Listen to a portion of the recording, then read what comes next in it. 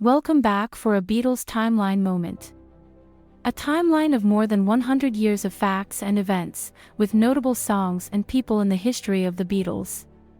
Please subscribe to this channel to stay informed with future historical Beatles Timeline moments. Hey Jude. The album.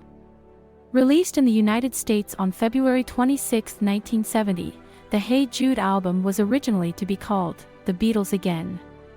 However, shortly before the album was released, the title was changed to Hey Jude, in order to promote the inclusion of the Beatles' most popular song. Then-Beatles manager Allen Klein authorized the release of the album as a sales buffer during the post-production of the delayed Let It Be album.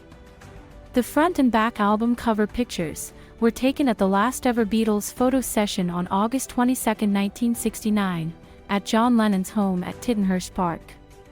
The Hey Jude album is a collection of non-album singles and B-sides by the Beatles, not previously issued on any American Beatles LP. The album was conceived by Allen Klein and Apple Records.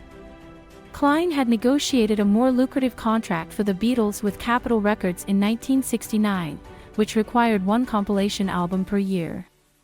For the Hey Jude LP, Allan Steckler of Apple Records chose songs that had not appeared on a Capitol album in the United States that spanned the group's career.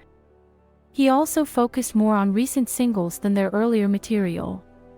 The absence of the songs from a U.S. Capitol album was partially due to the Beatles' unwillingness to include single releases on their concurrent albums. Capitol Records had the habit of recompiling the Beatles' British releases for their own album lineup, until the release of the Sgt. Pepper's album. We would like for you to participate for a Beatles discussion at our timeline website, the4beatles.com. There, you can share your thoughts and memories with us and others of more than 250 Beatles timeline topics.